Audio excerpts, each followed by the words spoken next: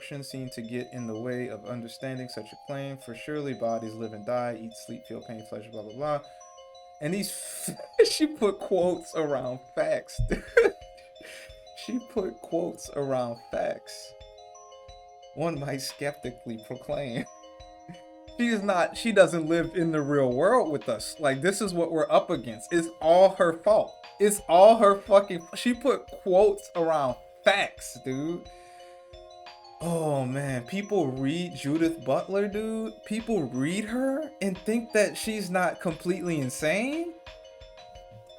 So I've been working on an entire video where I go into detail about why I think that Judith Butler is a terrible philosopher. And I got about like 14 minutes into that video, and then I realized, man, this video is really boring. And then I changed my mind and scrapped the whole thing. Because I realized it's one thing to tell you why Judith Butler sucks, but I think it'll be much more effective if I show you why Judith Butler sucks.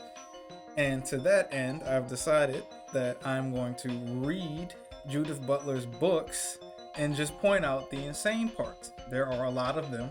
This is actually pretty easy content now that I think about it, because she is nuts and she is very frequently wrong. So I'm going to try to have fun with this. I find that I'm a lot funnier when I'm sleep deprived, as I am right now. So what's coming up next is going to be me reading one of her books. I think it's called Bodies That Matter. And I'm just going to be getting mad at the fact that people read this stuff and were honestly fooled by this very smart sounding language that is actually completely wrong in a lot of areas. Judith Butler is very good at using big words to hide the fact that she doesn't know what the fuck she's talking about, okay? That's kind of how her whole thing works. She uses very technical jargon to give the illusion that she is like well studied or like understands this stuff at a deep level that another person doesn't. But it's really just using big words to make yourself sound smart and then saying bullshit the whole time. Like that's pretty much what this book is. And I think I'm gonna be able to point this out. I think I got a pretty strong case here. I've mentioned this before on Twitter, and I'm gonna keep saying this. If you want to like see the fundamental problem with Judith Butler, you should get like a PDF version of any of her books. I've done this test with Undoing Gender, Gender Trouble, and now this Bodies That Matter book. What I do is I open up the PDF, I control F for the word evolution, and in all three of those books, Undoing Gender, Gender Trouble, and Bodies That Matter, the word evolution is not used. Not used even once. 900 pages of shit, and she doesn't mention evolution ever. Ever, dude. That should be enough for me to say she has no idea what the fuck she's talking about. But I'm sure there's going to be some people who are going to be like, well, you got to read the book. You got to read the book to understand her argument. Which I don't really think I need to. But I'm going to do it just so that I can systematically point out how fucking retarded her logic is at all times. So that's where I'm at with it. So if you're like me and you really dislike Judith Butler, or if you just want to see me suffer reading Judith Butler's work, then come along for this ride while I read some terrible philosophy by a terrible philosopher. I'm going to try to make it fun at least. We're going to try to laugh at the ridiculous parts. We're not going to think about how much this has infected our society and how it's kind of spreading at an alarming rate. We're going to try to stay away from that. Those are bad thoughts. We're just going to try to have fun while we deconstruct Judith Butler's awful philosophy. So if that's what you want to see, then that's what you're getting in this video. I'll see you then.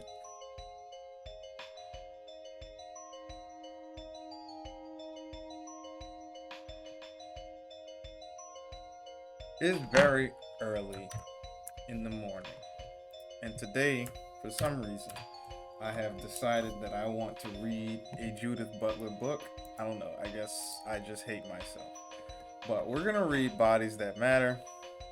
and we're just gonna like react to Judith Butler's very strange choices of language. I actually read like 2 paragraphs of this and I'm like, oh my goodness.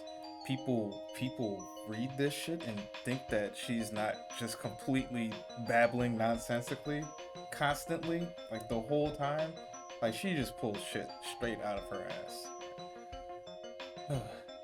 Start with the preface. I began writing this book by trying to consider the materiality of the body, only to find that the thought of materiality invariably moved me into other domains.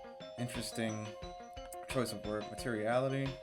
I wonder what she's getting at there. I tried to discipline myself to stay on the subject, but I found that I could not fix bodies as simple objects of thought. Not only did bodies tend to indicate a world beyond themselves, I don't know what the fuck that means. I'm gonna need you to elaborate. Do you mean a metaphorical world beyond themselves, like the world of the mind?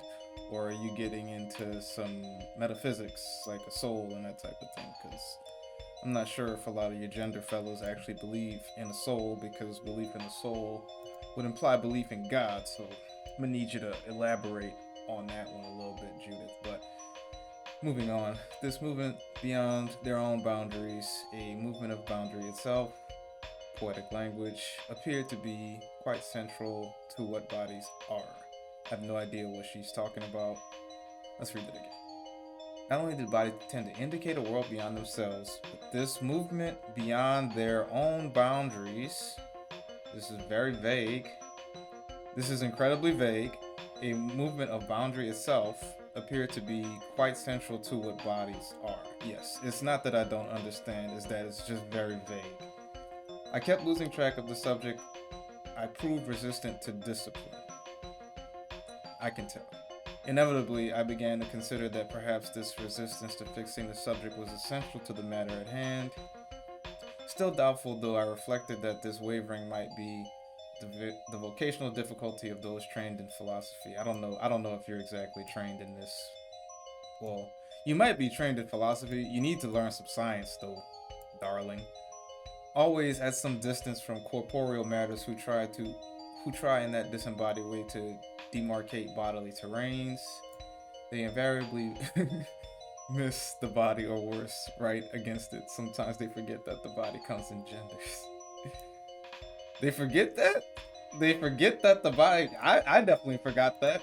Nobody ever told me that. I'm pretty sure you're the only person that says this. Is everybody else forgetting, or are you just making this up?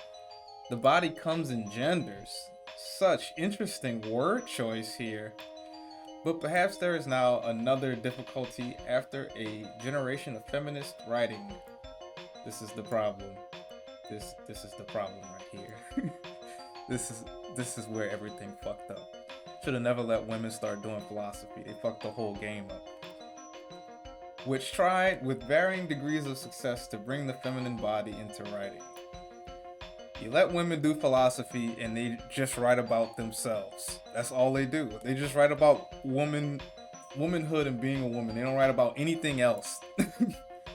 To write the feminine proximately or directly, sometimes without even a hint of a preposition or marker of linguistic distance between the writing and the written. It may be only a question of learning how to read those troubled translations, but some of us nevertheless found ourselves returning to pillage the Logos for its useful remains. The Logos, this is another fucking God reference. This woman believes in God. Theorizing from the ruins of the Logos invites the following question. What about the materiality of the body? Does that bring about that question? What is she talking about? Theorizing from the ruins of the Logos invites the following question. I mean, this is just a segue. This is not actually like a point. She's just trying to get to where she's trying to get. Actually, in the recent past, the question was repeatedly formulated to me this way. What about the materiality of the body, Judy? I took in the addition of Judy to blah, blah, blah, blah, blah. To call me to a bodily life that could not be theorized away. You should have listened. You should have fucking listened, you idiot. Instead, you wrote a whole fucking book. There was a certain exasperation in the delivery of that final diminutive, a certain patronizing quality which reconstituted me as an unruly child. Wow. She's receiving valid criticism and then just like not paying attention to it at all. You should have listened. One who needed to be brought to task, restored to that bodily being which is, after all, considered to be the most real, most pressing, most undeniable. Perhaps this was an effort to recall me to an apparently evacuated femininity. No! No, they're not trying to recall you to femininity. They're just trying to get you to get out of your own fucking head and look at the world as it is. It's not always about femininity. Jesus Christ, you're such an angry fucking lesbian, dude. Oh my god. The one that was constituted at that moment, in the mid-50s, when the figure of Judy Garland inadvertently produced a string of Judys who's later... See, like, she's completely in her own head, dude. Somebody tried to bring her down to reality, and she went straight back into her own head. Or perhaps someone forgot to teach me the facts of life. Was I lost into my own imaginary musings as that vital conversation was taking place? And if I persisted in this notion that bodies were in some way constructed, perhaps I really thought that words alone had the power to craft bodies from their own linguistic substance. Couldn't someone simply take me aside? Oh my god, she's so fucking hysterical, dude. Do people read this? People read this and think that she's not just completely insane, dude. She's insane. Matters have been made worse, if not more remote, by the questions raised by the notion of gender performativity introduced in Gender Trouble. Yes, I did read some of that book. For if I were to argue that genders are performative, that could mean that I thought that one woke in the morning, perused the closet or some more open space for the gender of choice, donned that gender for the day, and then restored the garment to its place at night. So this seems to be suggesting that gender is not a social construct, it seems. Or if I were to argue that genders are performative, yeah, like performative as in like fake. Yeah. Such a willful and instrumental subject. Yeah, such a willful and one who decides on his gender. Aha! Is clearly not his gender from the start and fails to realize that it is existence or decided by gender. It is already decided by gender. Certainly, such a theory would restore a figure of a choosing subject humanist at the center of a project whose emphasis on the construction seems to be quite opposed to such a notion. But if there is no subject who decides on his gender, and if on the contrary gender is part of what decides this gender is part of what decides the subject. Oh my god. This is the magic trick. This is the magic trick right here. This is where a lot of people get fooled and think that she's saying something when she's not. How might one formulate a project that preserves gender practices as sites of critical agency? If gender is constructed through relations of power, and specifically normative constraints that not only produce but also regulate various bodily beings. Okay, this is like a patriarchy. Yeah, this is a patriarchy reference, and she's essentially asserting that gender exists because heterosexual men force it on people, basically. How might agency be derived from this notion of gender as the effect of productive constraint? If gender is not an artifice to be taken on or taken off at will, hence it is not an effective choice. How are we to understand the constitutive and compelling status of gender norms without falling into the trap of cultural determinism? Judith Butler. This is where evolution could answer a lot of your fucking questions instead of writing a whole goddamn book where you just speculate on things. You could have literally just opened up a science book and had a much more informed position on this. Oh my god, dude. I'm getting so mad right now that I already know that she doesn't use the word evolution in this book because I already word searched it. You see the word search at the top. The word evolution does not appear in this book. It only appears as revolution, okay? Revolution, revolution, revolution, revolution, revolution, revolution. So I already know that she does not use that word in this book. And I mean, I'm not really surprised because I've done that same word search on her other two books, Gender Trouble and what was it? Gender Trouble and Undoing Gender. Like she never uses the word evolution, so I just get really triggered when she asks these questions that evolution can help you answer better than just going at it straight off the dome and just writing a bunch of incoherent nonsense. Like, you can't think your way into a solution about this, Judith. You have to refer to science at some point. Jesus Christ. How do people read this, dude? How do people read this? Where was I? Okay. How precisely are we to understand the ritualized repetition by which such norms produce and stabilize not only the effects of gender, but the materiality of sex? Evolution, Judith. Evolution is the answer to your fucking question. You're so dumb. You're really fucking stupid. Why do people take her seriously? Why do people take this woman seriously, dude? She has no idea what she's doing. And can this repetition, this rearticulation, also constitute the occasion for a critical reworking of the apparently constructive gender norms? Can this repetition, this rearticulation, interesting word choice, also constitute the occasion for a critical reworking of apparently constitutive gender norms?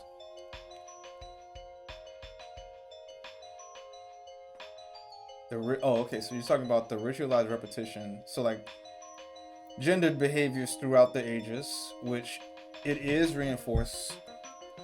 Gendered behaviors are reinforced socially, but they arise out of biological need and sort of build upon that. So, not contradicting the idea that gender norms are pretty much mostly socially constructed, but I mean, if you go into history, you will eventually find that they're driven by like biological differences.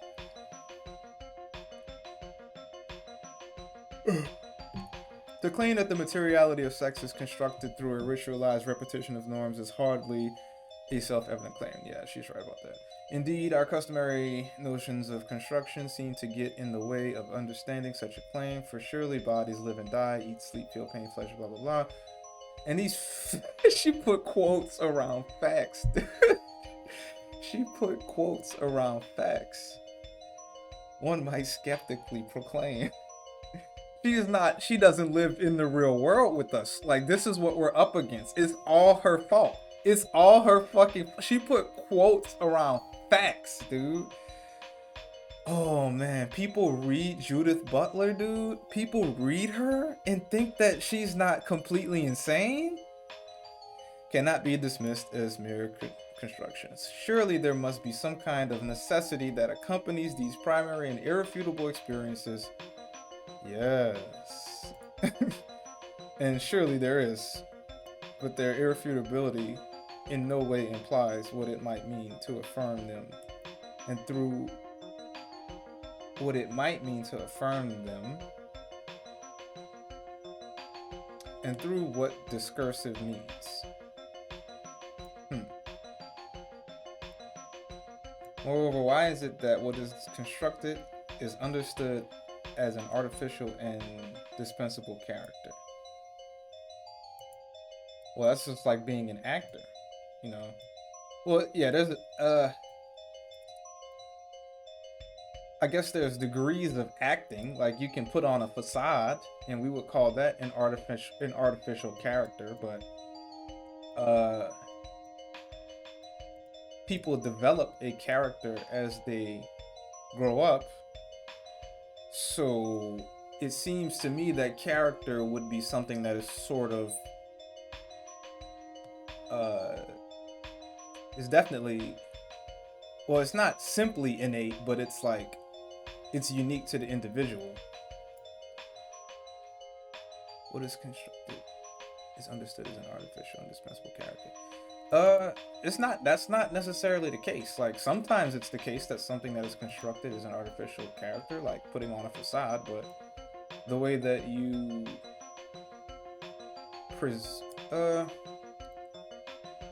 Why is it that what is constructed is understood as an artificial and dispensable character? I guess it depends on what constructed means to you, Judith. I wouldn't say that a person's gender, if I'm thinking in your terms, I wouldn't say that that's constructed. I would say that that is developed, maybe. Yeah, I would not have used constructed. I think this is the wrong word. What is developed is not understood as an artificial. Yeah, yeah. Okay, yeah. So it's a it's a problem with construction versus development. Something that is made versus something that you kind of just grow into.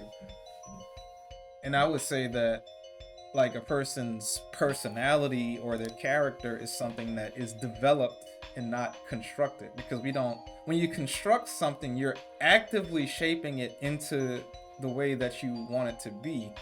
But I don't think that that's how personality develops. And if that's what you think gender is, then you're kind of just saying that gender is an act. It's kind of like acting. So I don't know. That's weird. I think that's weird, Judith. But let's continue. What are we to make of constructions without which we would not be able to think, to live, to make sense at all? Those which have acquired for us a kind of necessity. Are certain constructions of the body constitutive in this sense that we could not operate without them, and that without them there will be no I, no we? Thinking the body as constructed demands a rethinking of the meaning of construction itself.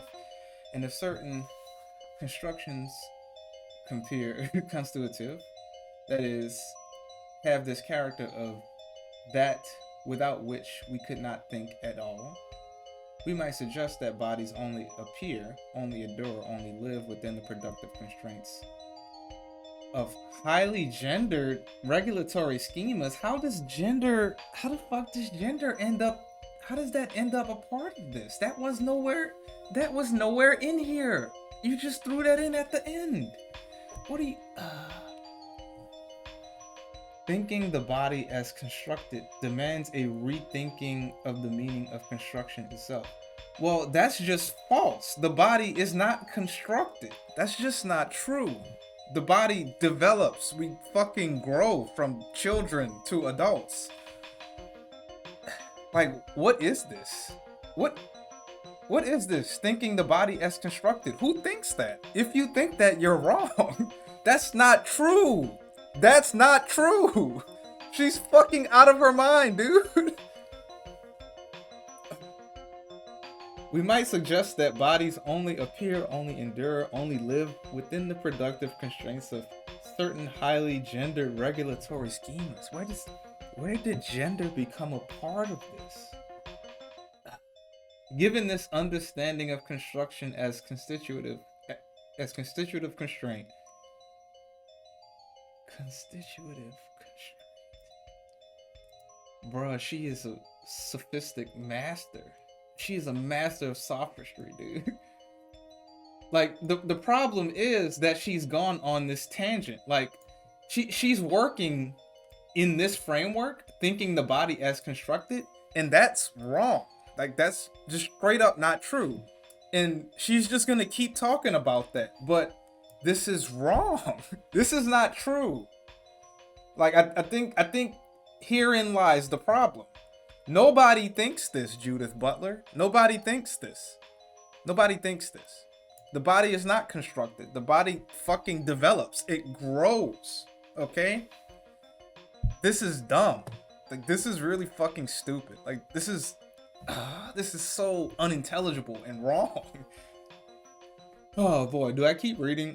Because I feel like I'm just gonna have to keep going back to the fact that this is wrong. But let's just see where she goes with it. Given this understanding of construction as constitutive constraint, it is still possible to raise the critical question of how such constraints not only produce the domain of intelligible bodies, but produce as well a domain of unthinkable, abject, unlivable bodies. Oh. This latter domain is not the opposite of the former, for the oppositions are, after all, part of intelligibility. The latter is the excluded and illegible domain that haunts the formal domain as a specter of its own impossibility, the very limit to intelligibility it is constitutive outside. How then might one alter the very terms that constitute the necessary domain of bodies through rendering unthinkable and unknowable another another domain of bodies who those that do not matter in the same way? So I think what she's trying to say here is that when she's thinking of the body as constructed, I think she's wrong, and she needs to think of the body as something that is a product of like millions of years of evolution and grows on its own. Like the body is clearly not constructed. But the argument she is trying to make is that by perceiving bodies, we construct an idea of what a proper body is, and that in doing so, we exclude some other bodies as being like not relevant. And I guess an example of that could be like a person with like a severe disability. We wouldn't like a person that who was born like with no arms and no legs. We would not say that that is a normal body. And I think Judith Butler is challenging this notion that we have any right to claim that there is such a thing as like a normal human body, which is a pretty odd claim. It's a pretty strange claim because without a conception of a normal human body, you can't really have a conception of what health is. You know, if I can't say that a normal human body has a beating heart in it, then when my heart stops, I can just be like, well, you know, there's no such thing as normal. Guess I'll die. You know, this just doesn't work. It doesn't work, Judith. It's wrong. It's incorrect. You're wrong, Judith. You're wrong in the preface. The book hasn't even started and you're wrong. Oh my god. Okay. This latter domain is not the opposite of the former, for oppositions are, after all, part of. Yeah, we read all that. Oh, they might alter the very terms that constitute the necessary domain of body. Ooh, see, she architected this shit. She wants to change the very terms. She's the one that wants to change the words. It's all her fault, dude. It's all her fault. The discourse of construction that has, for the most part, circulated in feminist theory is perhaps not quite adequate to the task at hand. It is not enough to argue that there is no prediscursive sex that acts as the stable point of reference on which, or in relation to which, the cultural construction of gender proceeds. Oh, okay, good.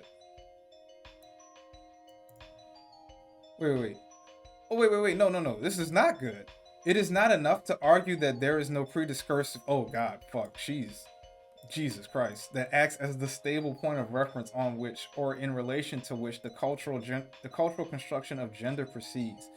This woman is fucking crazy, dude. She is nuts. She is absolutely nuts. To claim that sex is already gendered, already constructed, is not yet to explain in which way the materiality of sex is forcibly produced. Forcibly produced. You get we brought sex into the world. Human beings. We did that shit.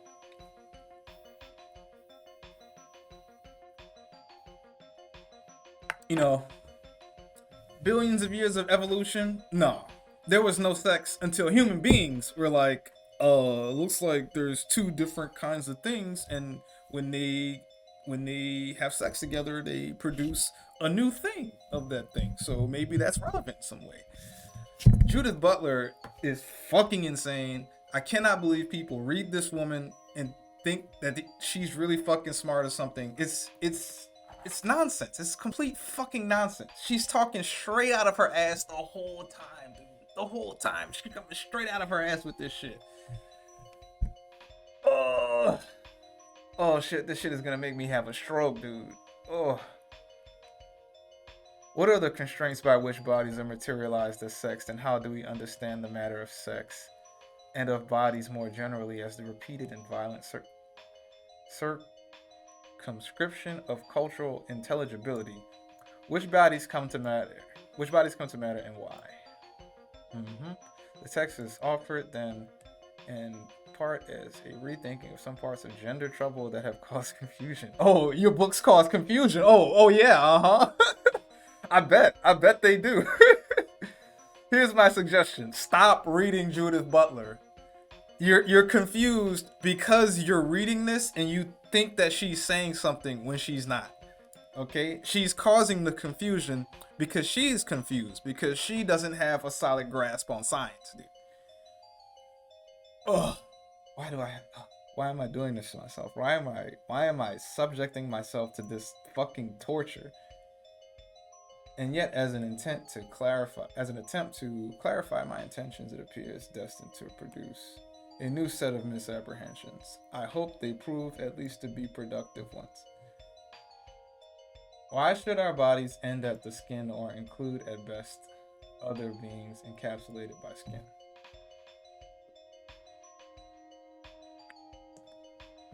Do you see this? Do you see this? What is going on here? What is if one really if one really thinks about the body as such, there is no possible outline of the body as such. What? There are thinkings of the systematicity of the body. There are value codings of the body. The body as such cannot be thought, and I certainly cannot approach it. What? What are you saying? This is nonsense. That doesn't mean anything. Oh my god. There is no nature. No, there's no nature. Evolution doesn't mean shit. Jacques Derrida. There is no nature, only the effects of nature. Denaturalization or naturalization. Jacques Derrida, I'm sure that you can denaturalize, being aroused by sexual stimuli, or denaturalize getting angry if somebody punches you in the face, or denaturalize getting jealous if somebody fucks your wife. I'm sure you can denaturalize all that shit out of you because evolution has no effects on you whatsoever, Jacques Derrida. I haven't read any of your books, but I can tell that you're full of shit, buddy. Man, oh man, why do people read this shit, dude? You should be required to read like Nietzsche or fucking Descartes. You gotta read some Descartes before you read some shit like this, okay? Oh man.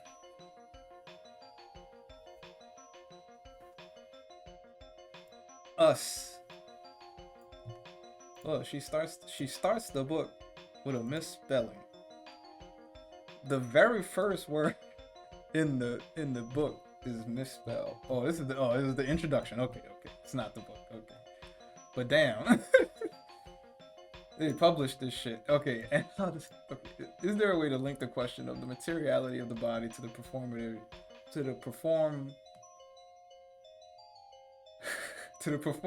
activity of gender? And how does the category of sex figure within such a relationship? I guess it doesn't matter how she spells shit if she's just like making shit up. It doesn't really matter how she spells anything because words don't mean anything to her. Words mean whatever they need her to mean. She could just change the definition of us to is and then change it back when she needs it. And how does the category of sex figure within such a relationship? Consider first that sexual difference is often invoked as an issue of material differences. Sexual difference, however, is never simply a function of material differences, which are not in some way both marked and formed by discursive practices. I need to look up what this word means. Quick, just use this a lot. Discursive. Digressing from subject to subject. Relating to discourse or modes of discourse. So what she's saying is sexual difference is never simply a function of material differences? Are you sure about that? Are you sure about that, Judith Butler? Which are not in some way both marked and formed by practices that digress from subject to subject. I don't know what she's saying. and are not formed by discursive practices. I don't know what this word means in this context. Oh well, maybe we'll figure it out. Okay. Further, to claim that sexual differences are indissociable from discursive demarcations is not the same as claiming that discourse causes sexual difference. Bruh, she is just trying to throw out all the biggest words so that there's no way you can possibly ever understand what she's saying.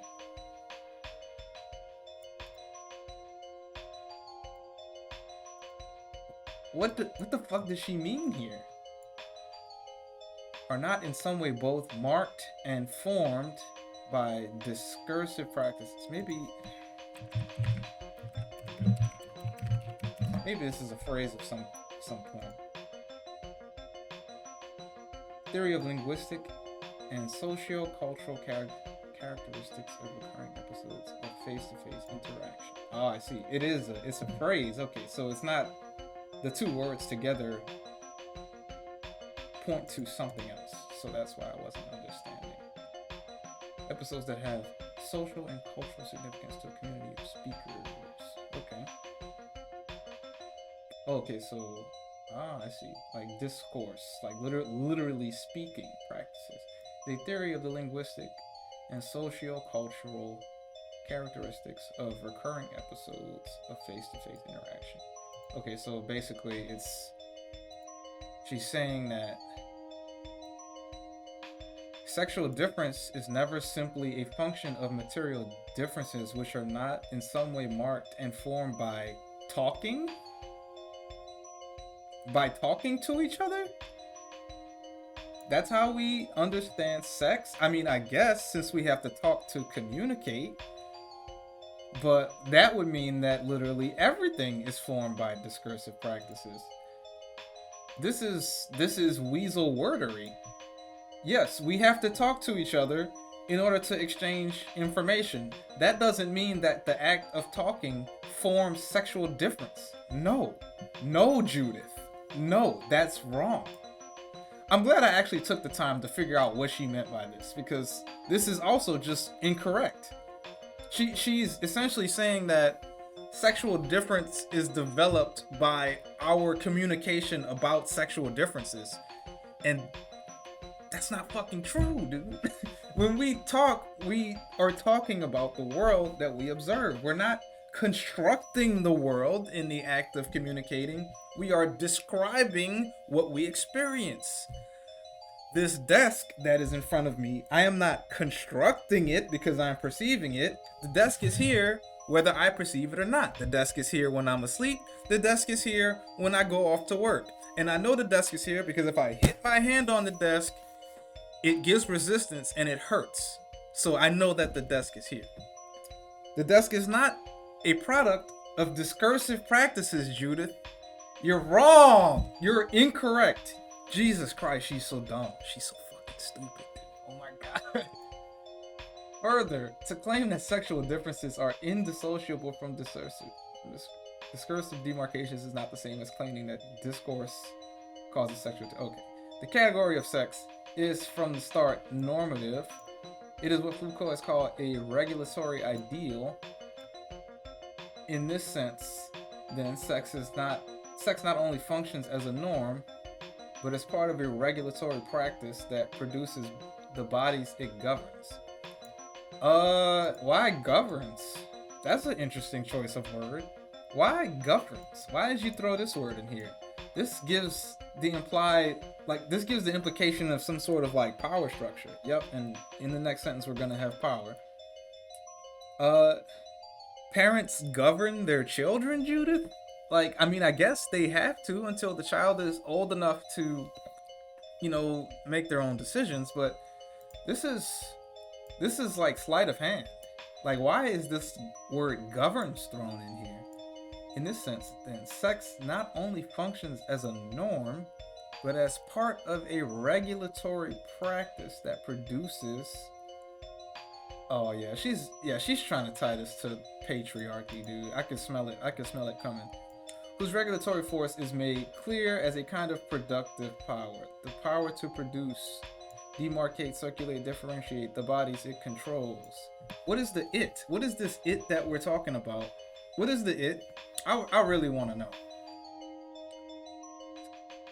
Are you saying that sex? Okay, thus sex is a regulatory ideal whose materialization is compelled, and this materialization takes place or fails to take place through certain highly regulated practices. Okay. Well, I wouldn't say that sex's materialization is compelled. It's not like the government or the patriarchy causes you to form a penis or a vagina in the womb. That would be the SRY gene. And you would know that if you knew some science, Judith, but you don't know science. And that's why all your books suck and people should stop listening to you. In other words, sex is an ideal construct which is forcibly materialized through time. What do you mean? What do you mean forcibly? Like, yeah, your body does it. Like, are you mad at your body? Are you mad at your body? Jesus Christ. This woman is like she's causing mental illness to form in people with this shit through time. It is not a simple fact or static condition of a body. That is a word, static condition, but a process whereby regulatory norms materialize sex. Regulatory norms? Are you serious, Judith? Are you serious? A process whereby regulatory norms materialize sex? No, Judith, no. Your fucking body, your biology materializes sex. Why is she like this? Why is she like this? And achieve this materialization through a forcible reiteration of those norms. That this reiteration is necessary is a sign that materialization is never quite complete, that bodies never quite comply with the norms by which their materialization is impelled.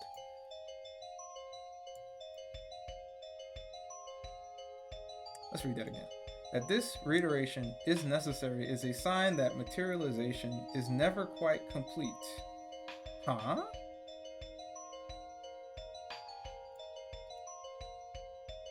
Huh? That bodies never quite comply with the norms by which their materialization is impelled. Bodies never quite comply. Yeah, nobody has an ideal body, sure. Indeed, it is the instabilities, the possibilities for rematerialization opened up by this process that mark one domain in which the force of the regulatory law can be turned against itself to spawn rearticulations that call into question the hegemonic force of that very regulatory law. Yeah, I guess you can mutilate your body to spite God if you want. If you want, you can do that. It's a little bit kind of, when you formulate it like this, it sounds a little bit insane, but yeah, I guess you do have a point there. You can change your body. You can cut off your leg and then give God the middle finger, Judith. By all means, go for it. But how then does the notion of gender performativity relate to this conception of materialization in this first instance? In the first instance, performativity must be understood not as a singular or deliberate act, but rather as the reiterative and citational practice by which discourse produces the effects it names. Oh my God. Oh, she's so locked in on this. Everything to her is about discourse. Only human to human interaction produces the differences between men and women. That's what she's getting at. She just refuses to think that there's any sort of evolutionary influence at all. She's allergic to evolution. Oh my God. She refuses to use science. She just refuses. She just does not want to accept that human beings are products of evolution and that we have underlying motivations that drive us in different pathways, dude. Oh my God. She's so fucking hopeless. Why do people read this? What will, I hope, become clear in what follows is that the regulatory norms of sex work in a performative fashion to constitute the materiality of bodies, and more specifically to materialize the body's sex, to materialize sexual difference in the service of the consolidation of the heterosexual imperative. The heterosexual imperative is influenced by what, Judith? Come on. It's a word that starts with an E. It starts with an E. Any guesses? Bueller? Oh my god, dude. She's this is what they mean when they say hide the ball. She's blaming heterosexuality and the heterosexual imperative. But the heterosexual imperative is directly driven by evolution. Judith Butler. Judith, can you hear me? Is this thing on? The heterosexual imperative is driven by evolution. I had to check to see if my mic was on, because if my mic wasn't on, I was going to be very upset, because I had a good thing going here. Okay, but in this sense, what constitutes the fixity of the body? It contours its fixity. Is this a word? Hold on. Is this a word? This better be a word. Alright.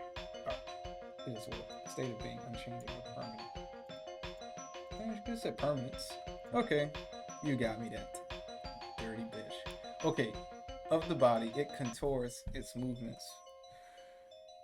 Will be fully material, but materiality will be rethought as the effect of power, as power's most productive effect, and there will be no way to understand gender as a cultural construct which is imposed upon the surface of matter, understood either as the body or its given sex.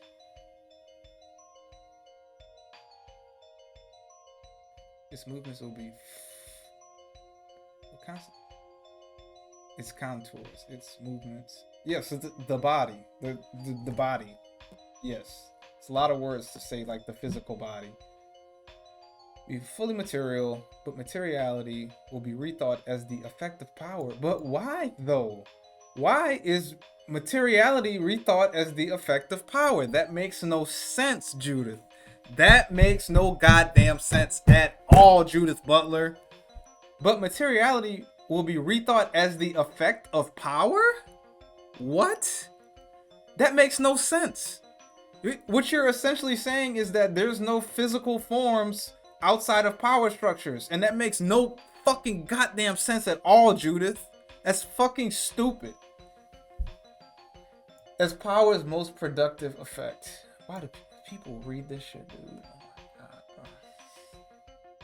This is sophistry. This is sophistry.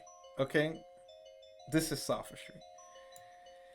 And there will be no way to understand gender as a cultural construct which is imposed upon the surface of matter, understood either as a body or given sex. Oh yeah, there definitely will be no way to understand gender. Opposed upon the surface of matter. That's what we are. Understood either as the body. Oh man, dude. Judith Butler can't even distinguish objects or its given sex. Rather, once sex itself is understood in its normativity, the materiality of the body will not be thinkable apart from the materialization of that regulatory norm.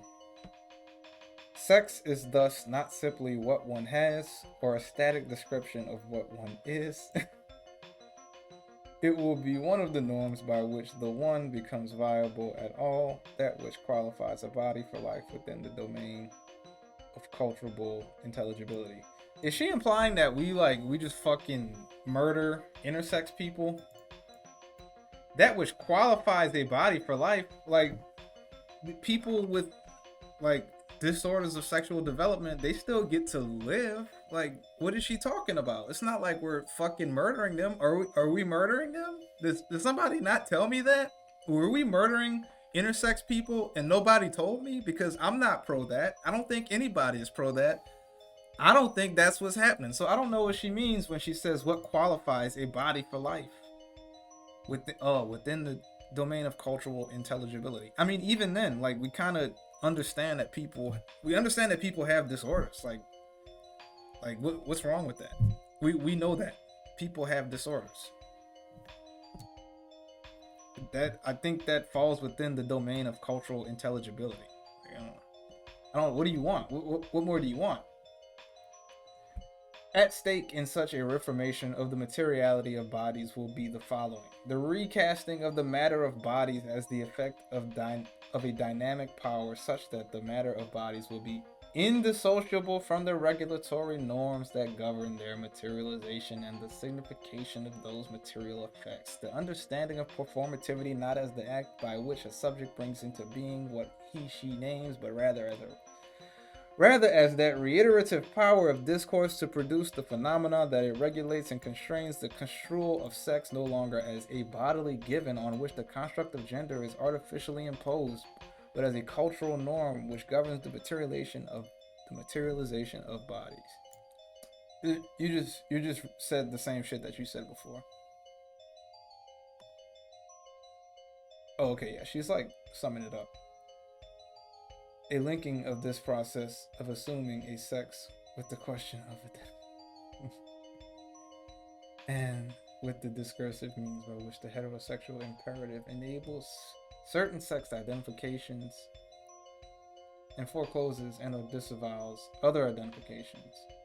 This exclusionary matrix by which sexes are formed thus requires the simultaneous production of a domain of abject beings, those who are not yet subjects, but who form the constitutive outside of the domain of the subject. The abject designates here precisely those unlivable, uninhabitable zones of social life which are nevertheless densely populated by those who do not enjoy the status of the subject. That's what this is about. The status of the subject. See. Densely populated by those. The adject designates here precisely those unlivable and uninhabitable zones of social life which are nevertheless densely populated by those who do not enjoy the status of the subject. Weirdos, that's what you mean. Weirdos, I get it. But whose living under the sign of the unlivable is required to circumscribe the domain of the subject. This zone of uninhabitability will constitute the defining limit of the subject's domain. It will constitute that site of dread identification against which, and by virtue of which, the domain of the subject will circumscribe its own claim to autonomy and to life. Okay, I see what she's saying. She wants to make weirdos normal, if I could put it in the most blunt terms.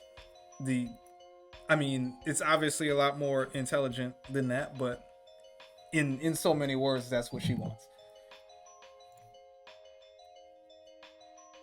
Where was I? Oh, fuck. Okay, yeah. Simultaneous production of domain of abject beings, those are not subjects. The abject designates here precisely those unlivable, uninhabitable zones of social life which are nevertheless densely populated. Blah, blah, blah. The zone of uninhabitability. The domain of the subject will circumscribe its own claim to autonomy and life. In this sense, then, the subject is constituted through the force of exclusion and abjection, one which produces a constitutive outside to the subject and abjected outside, which is, after all, inside the subject as its own founding repudiation. Okay. This is a little bit dramatic. Like, I get what she's getting at, but I think she's being hella dramatic, dude. Like, she's making it sound like people that aren't, like, typical, male, female, whatever the fuck that even means. She's making it sound like they don't get to do shit in life, which I don't think that's true. I don't really think that's ever been true. I mean, not where I grew up. Where I grew up, we had, it's not a nice word to say, we had men that were very feminine, like, all the time. I grew up in New Orleans. You see that shit every day. In Mardi Gras, you're gonna see it. You're gonna see it a lot. So, like, I don't know, Judith. Maybe it's just about where you live. Britain must suck. Maybe that's what I'm missing. Maybe living in Britain sucks ass. Maybe that's what it is. Okay, where was I? The forming of the subject requires an identification with the normative phantasm of sex. Sure, Judy. And this identification takes place through a repudiation which produces the domain of abjection, a repudiation without which the subject cannot emerge.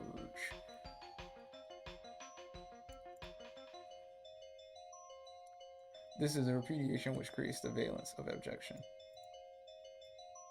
Hey, Judith Butler, have you ever considered maybe just like not giving a shit what society thinks about you? That would save you a whole book. That would have saved you a whole book. Have you ever tried just not giving a fuck what society expects from you? Have you ever tried that? And just, just being you instead of writing a book? You know? This shit could have been summed up in like 2 or 3 sentences. Like, you don't owe society anything. Like, in terms of how you behave, you could just do whatever you want, as long as you don't kill nobody and break into nobody's cars, commit any crimes or anything. But like, in terms of like, gender presentation, like it's not that serious. Just wear what you want to wear. Fuck, no, like nobody gives a fuck at the end of the day. Just like, oh, that guy's got nail polish on. That's kind of weird, but it's his life. It's not mine. Now, I mean, if there are in fact people getting like beaten up because they don't fit the gender norms, then that is a problem. But I mean, that's not really the reality I live in. I've never observed that personally. I don't know, some of y'all seem kind of dramatic. You gonna have to show me. I don't want to hear all this. I don't have to tell you my story. Like, you want me to believe you, you gotta tell me your story. That's how I feel. Some of y'all are dramatic, over dramatic, dude. Okay, this is a repudiation which creates the valence of abjection and its status for the subject as a threatening specter.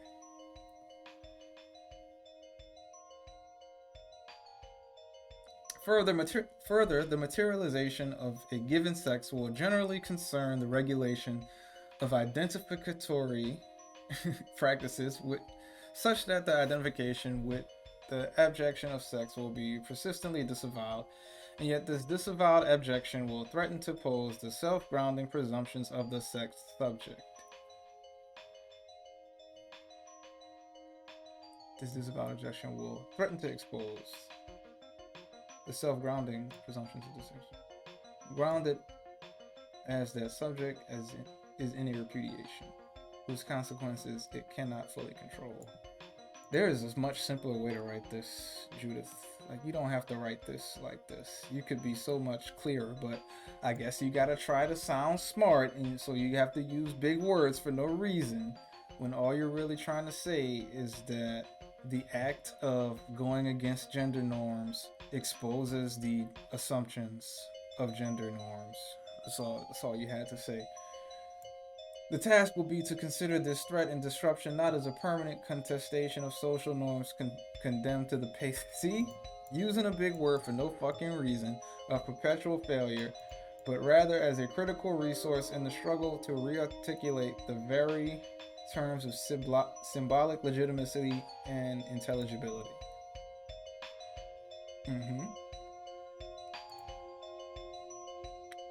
So this is why she wants to change language. He wants to change language so that things that we think are not normal now can be thought of as normal, which, that can be good or bad. It's not inherently good. It could be good or bad. And I feel like people have a right to assess these things on their merits and not just, take things wholesale. Like, this is fine, but if you're positing that changing concepts to make some things normal is just inherently good and that we should just do that for the sake of doing that, no, that's wrong. We can't destigmatize everything. Lastly, the mobilization of the categories of sex within political discourse will be haunted in some ways by the very instabilities that the categories effectively produce and foreclose, although the political discourses that mobilize identity categories tend to cultivate identifications In the service of a political goal. Cultivate identifications in the service of a political goal. She's just admitting to what she's doing.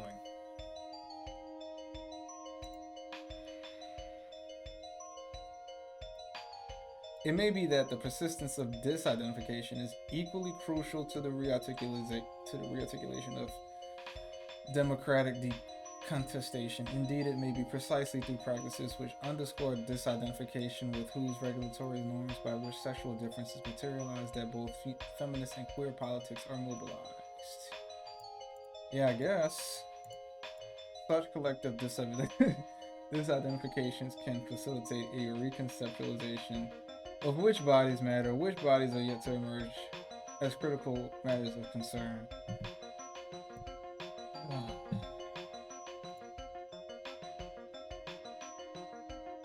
This is so petty, dude. This is so petty.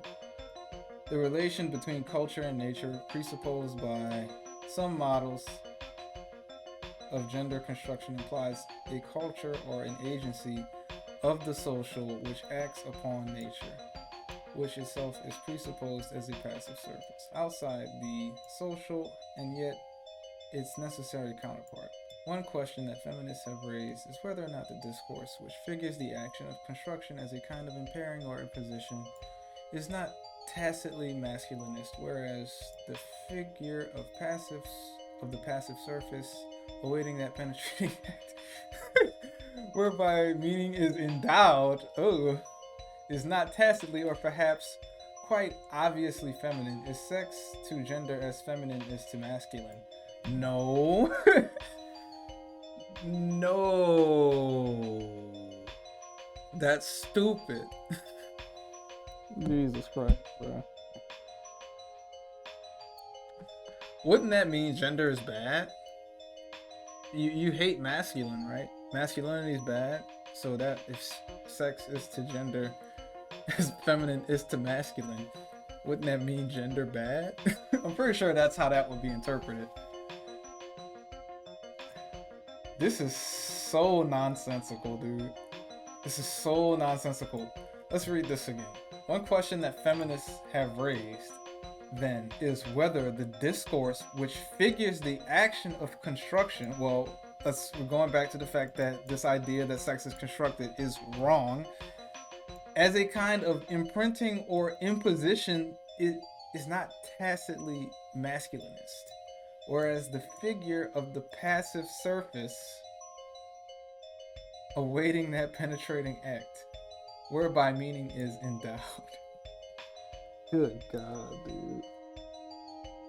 Oh. I am just woe for the state of feminists. I am in woe to anybody who thinks that this is not completely insane. Like, do I have to explain why this is completely insane? Like, I really hope you can see that this question that the feminists have raised is completely insane, dude. Like, this is definitely a feminist question, because feminists, they fucking have to see everything as patriarchy, dude. That's all they know. That's the only world that they see. There's nothing to the world beyond that for them. And that's so sad, dude. That's so sad that you're so fucking stuck in your feminist mindset that you think that sex is to gender as feminine is to masculine. This is sad. This is sad. This is actually sad. Okay, let's see what the other feminist scholars have argued. Hopefully it's not completely insane, which I don't really have high hopes on that front. Other feminist scholars have argued that the very concept of nature needs to be rethought, for the concept of nature as fuck. Oh man, okay, we're already diverging into insane person territory.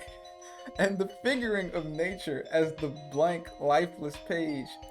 No, nobody thinks that. Nature is not blank and lifeless. We're products of evolution. We're products of evolution. We have shit that comes prepackaged with us. You're wrong, Judith.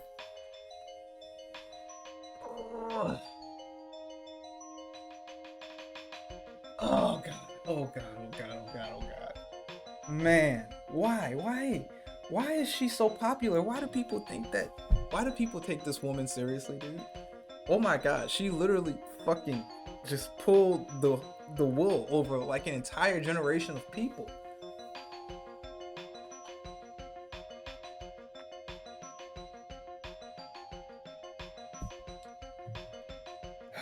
Blank and lifeless page. Nature.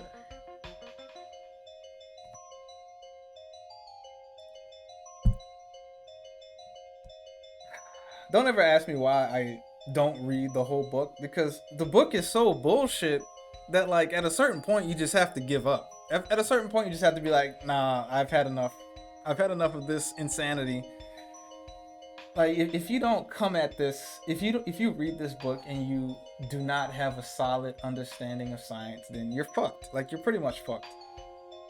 Because she just like completely obscures the nature of humanity. Like she just doesn't know what she's talking about, dude.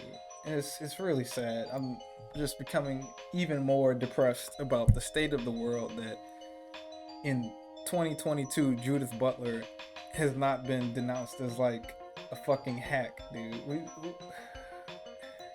How is it lasted this long?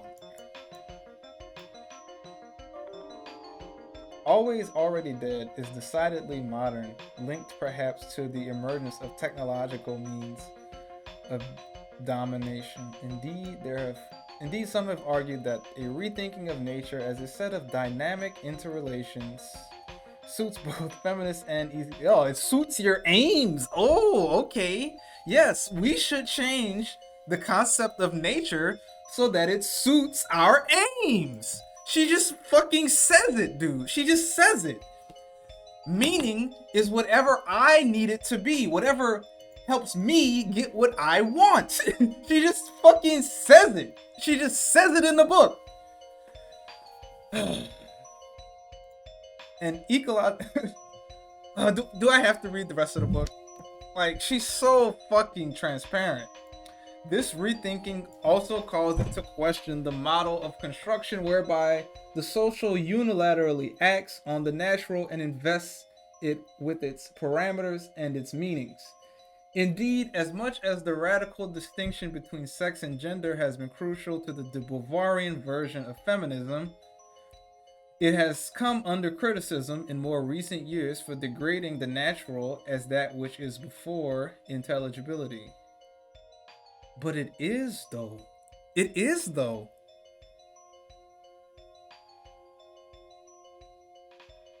But it is, though. Oh my god.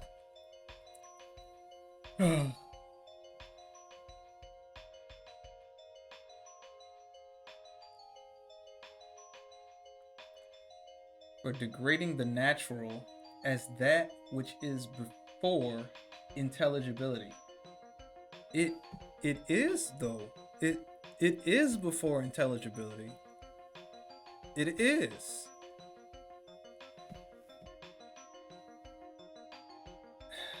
Evolution, Judith. Evolution. Somebody put this bitch in a science class, dude. Somebody needs to sit Judith Butler down and teach her evolution, okay? Because she clearly doesn't know it, or she is deliberately leaving it out because she's a liar with a political goal. Which one do you think is the case? They're both bad outcomes.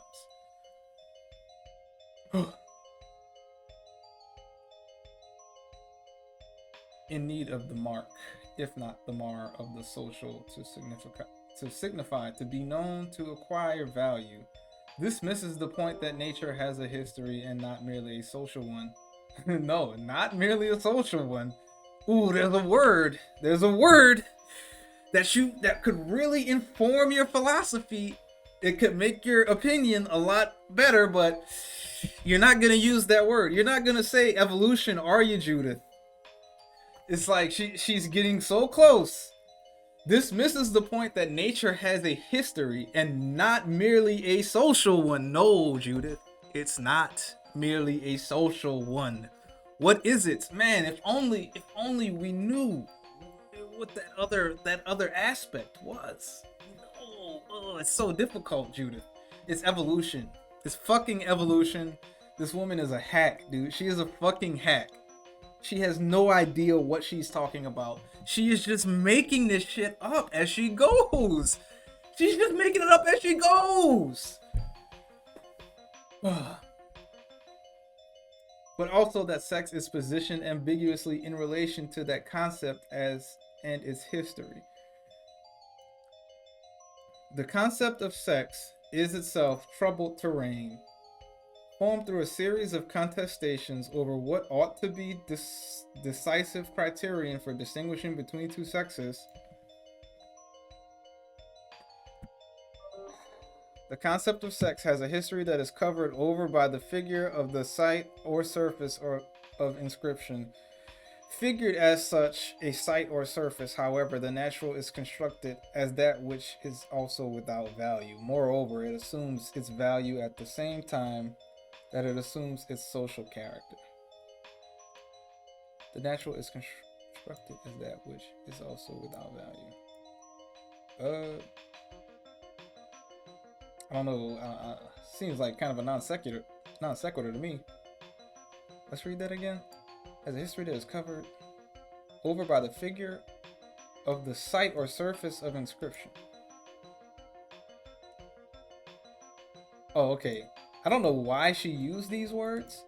It's like, if you were trying to get a point across, maybe don't use metaphor, maybe talk specifically about what you're talking about, but she's not capable of doing that because she is not scientifically minded. She has to talk in metaphors and fancy languages because that's the only way that what she's saying can make any sense, is if you relate it to concepts that are not like scientific.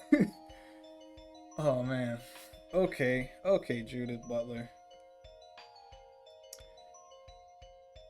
Figured as such a site or surface, however, the natural is construed as that which is also without value. Moreover, it assumes its value at the same time it assumes its social character.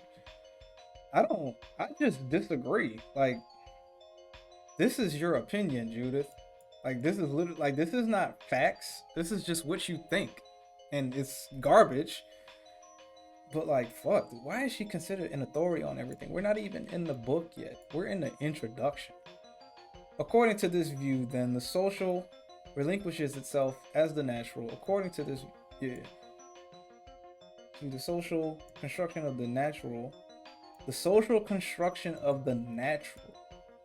presupposes the cancellation of the natural by the social.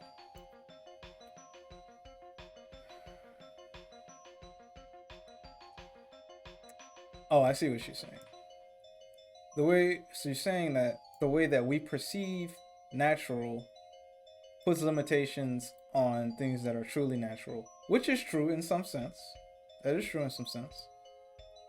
But we still have to do that, though. Like, we still have to be able to say that some things are disorders. Insofar as it relies on this construal, the sex-gender distinction founders along parallel lines. If gender is the social significance that sex assumes within a given culture, and for the sake of argument, we will let social and cultural stand in an uneasy interchangeability. I don't know what the fucking difference is here. Then what if anything is left of sex once it has assumed its social character as gender?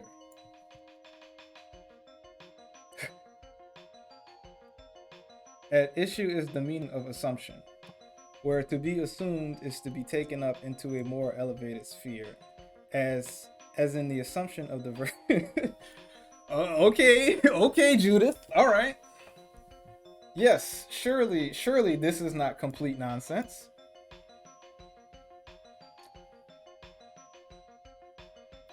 If gender consists of the social meanings that sex assumes, then sex does not accrue social meanings as additive properties. Rather, is replaced by the social meanings it takes on. Sex is relinquished in the course of the assumption, and gender emerges not as a term, not as a term in a continual relationship of opposition to sex, but as a term which absorbs and displaces sex. Oh yeah, they're saying the quiet part out loud here. This is the whole agenda. This is the whole agenda. The whole agenda is to make sex irrelevant, which I don't see why we're doing this. I have no idea why we need to do this. It seems kind of dumb. Seems kind of dumb to me. But whatever. The mark of its full substantiation into gender, or what a materialist point of view might constitute a full desubstantiation. So she thinks that if we change enough words, we can make people not really think about sex differences by developing a conception of gender that replaces sex, which is a very diabolical scheme. Very diabolical. This is like evil villain shit. This is JRPG villain type shit that she's doing here. But it's not gonna work because human beings still have to reproduce. And eventually people are gonna figure that shit out. Like, I'm sorry. I don't think this shit is gonna work, Judith. It's not gonna work. Because, you know, reality is real. Biology is real, sex is real. Like, we didn't just make that shit up when we started perceiving it. Like, we observe the natural world and we try to develop a better understanding of it. We don't just decide what we think the natural world should be. That's not how this works. That's what you're doing, and you think that we can do that, but I don't think that's gonna work.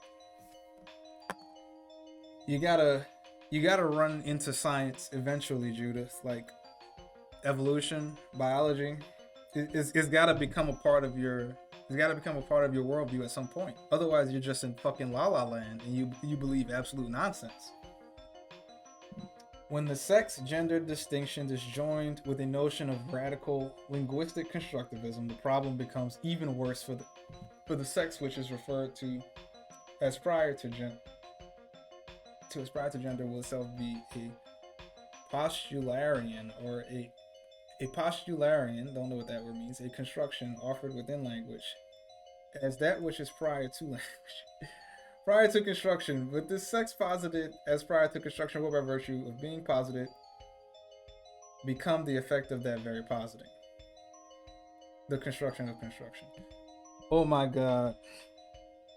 Oh my god, dude. She does not believe in reality. She doesn't believe in reality, dude. She doesn't believe in the objective world. She doesn't believe in the objective world. She thinks that language shapes everything about the way that we interact with the world. She doesn't think evolution matters. She doesn't think evolution influences us in any type of way. This is fucking bleak. This is bleak. This is some like S tier sophistry and bullshit. But the answer to pretty much everything, every fucking part she gets wrong, the answer is evolution. But that is suspiciously missing from this. It's suspicious how absent science is from Judith Butler's work. It's really suspect. She always gets right to the part where science can answer the question, and then she takes a left turn. She's like, "Oh, let's go this way now. Don't think about that too much. Let's go over here now." This is some fucking S tier sophistry. This is high level bitchcraft. if I be so bold. Oh man, this woman is fucking nuts, dude. People think that she is a serious person. We're not even in the book yet. We're still in the introduction, and she is completely nuts, completely insane in the introduction, dude. Oh my god. Ugh.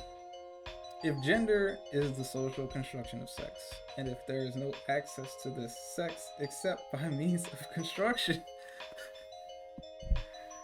then it appears not only that sex is absorbed by gender, but that sex becomes something like a fantasy retroactively installed at a pre-linguistic site to which there is no direct access.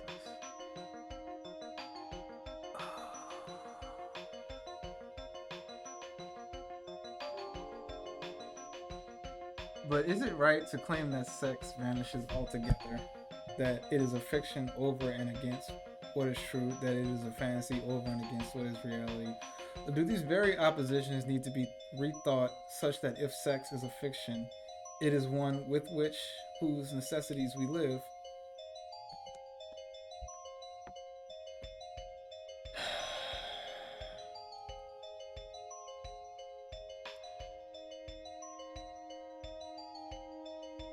If it is something within whose necessities we live, by definition, it's not a fiction.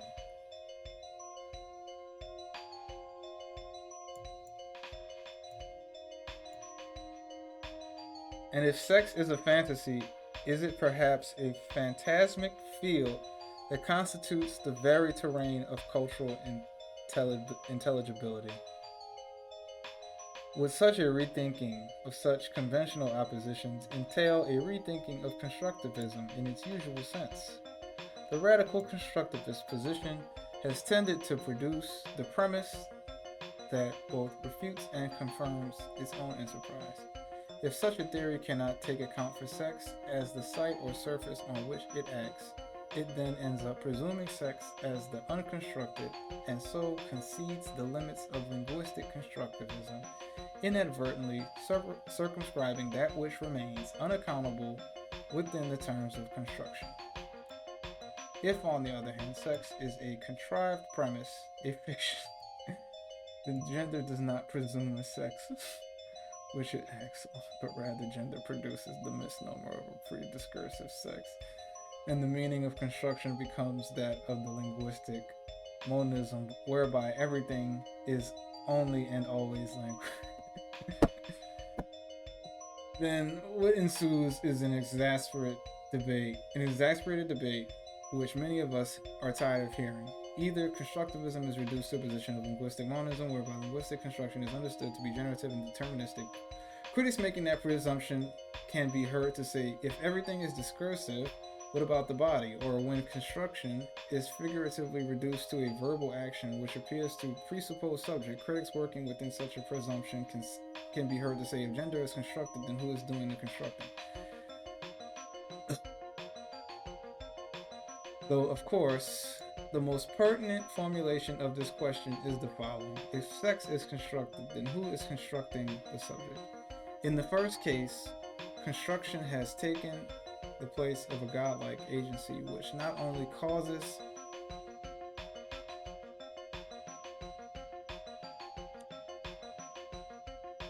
but composes everything which is its object. Well, see, the problem is that your premise is wrong, Judith. If the subject is constructed, then who is doing the constructing of the subject? But the subject is not constructed, Judith. The premise of your assertion is wrong. The premise is wrong, Judith. The premise is wrong. The subject is not constructed. Jesus Christ. In the first place, construction has taken the place of a godlike agency. Yes, by perceiving things, we bring the things into reality, which not only causes but composes everything which is its object. It is the divine performative bringing into being and exhaustively constituting that which it names, or rather, it is that kind of transitive referring which names and inaugurates at once. For something to be construed according to this view of construction is for it to be created and determined through that process. In the second and third cases, the seductions of grammar appear to hold sway. The critic, the seductions of grammar. It's like she knows that she is just talking straight bullshit. The critic asks, must there not be a human agent, a subject, if you will, who guides the course of construction? What? No.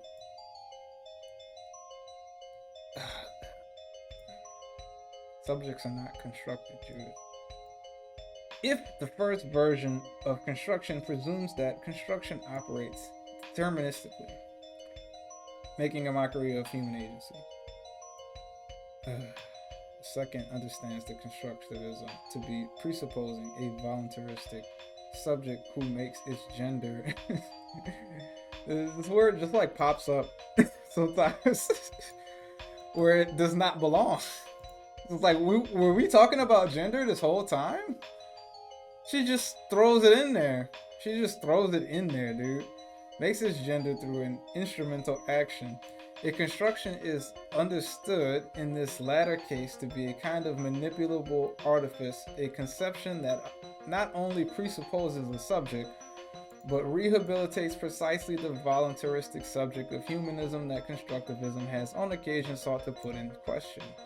If gender is a construction, there must be an I or a we who enacts or performs that construction. How can there be an activity, a constructing, without presupposing an agent who proceeds and performs that activity?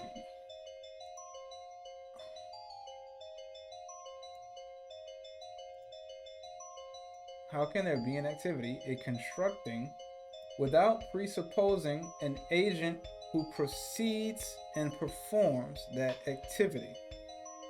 Well, not everything is... Well, yeah, this kind of relates to a criticism that I had earlier, the idea of construction versus development. Not every aspect of human behavior is artificially constructed. It's not everything is a learned behavior. There are a lot of predispositions and attitudes that we have that are driven by biological influences, and those things push us in certain directions that kind of manifest at a population level, and our expectations of men and women develop around these differences. So we have some really fundamental basic qualities about us that are driven by things like hormones and millions of years of evolution. And we also have things like biology, where men are stronger. So let's do some mental math right now, Judith Butler. In evolution, men are stronger than women. Women get pregnant for 9 months and they're weaker. So if we're looking at the state of nature, which one of these human beings is gonna hunt the fucking woolly mammoth? Which one? Is it the one that is weaker and gets pregnant for 9 months, or is it the one that is strong and can, or the strong one and the fast one? Which one, Judith? Like this isn't even that intelligible of a thought, and it's still more coherent than your book, because like this question right here is a question that can be answered with evolution. It can be answered by referring to evolution, but you refuse to do it. You just refuse to look at evolution. Why? Why, Judith?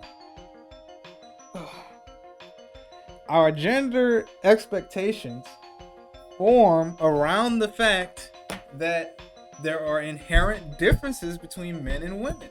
Now, you can argue that if you take HRT and fucking estradiol, you can mitigate a lot of those differences, but that is an artificial outcome.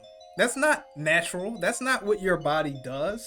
That is a result of scientific discoveries about biology. We had to study men and women, the two sexes, men and women. We had to study them in science to find out that women produce more estrogen and men produce more testosterone. That's how science helped us to figure out that there are fucking differences between men. Oh my god, dude. I hate Judith Butler, man. I hate this woman. I hate this woman so fucking much, man. Oh man, I hate her. I hate her. I hate her so much. Like, how did we get here? How did we get here, dude? It's all her fault. It's all her fault. It's all her fault, dude. Fuck. I can't do it. I'm tapping out. I'm tapping out of this book on page 7. I'm tapping out. She's just so wrong. She's just so wrong at all times that, like, I can't do it. Like, I can't take 300 pages of this. Nope, I'm not doing it. I will fucking literally have a stroke and die. So I'm gonna go do something else now.